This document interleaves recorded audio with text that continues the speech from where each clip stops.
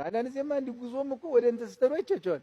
ማነው እዚህ የደብረ ወርቅ ወደ ላይ ያለው ገብርኤል የቅባቱ ቤተ ነው። ቅባት ትኖራላችሁ እናንተ ጎጃሞች ስለሆናችሁ እንዳያማችሁ ፍጥርቅ ያርግ ቢያምህስ ምን አባት ሆናለህ አንተ የጉዞ እምነት ፍጥርቅ ያርግ ምን ልትሆን ሀገር የምታስተድብ ጎጃም ባህር ዳር ውስጥ የለም አለ መስሎኛል። አንድ ሁለት ምናምን ቤተክርስቲያን አለ መሰል ቅባት ነው። የቅባት ቤተክርስቲያን ምልክቱ መስከረም 18 ኤዎስጣቴዎስ የሚከበርበት የቅባት ቤተክርስቲያን እና ምንድነው ያለ ሁለት ልብ አትሁን። አንድ እግዚአብሔር ካመኑ ሌላ ምን ይደረግ? ሌላ ምን እናመጣን ነው?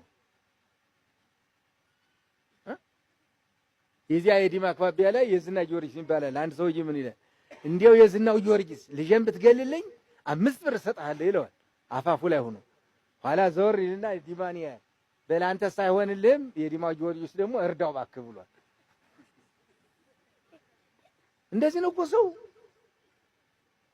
አሁን ባህር ዳር ጊዮርጊስ አንድ ጊዮርጊስ ይኖራል። አዚያ ይሳልና በል እስኪ አንተ የባህር ዳሩ አንተ ትሻላለህ የቀድሞ ነው እኮ የሚል ያንን እኮ ዝም አዲስ ቤተክርስቲያን ከሆነ ስለት የሚሰማ የሚያድን የሚያማልድ እኮ አይመስሉም። እና የዝናው ጊዮርጊስ አለ ልጄን ብትገልልኝ 5 ብር ግን የዲማ ወርደው ገንዘቡ ግን ላንተ ነው የምሰጥህ ብሎታል። ለይዝን ነው እንደዚህ ነው እኮ ሰው ያለ። ሚካኤል ይበልጣል፣ ገብርኤል ይበልጣል።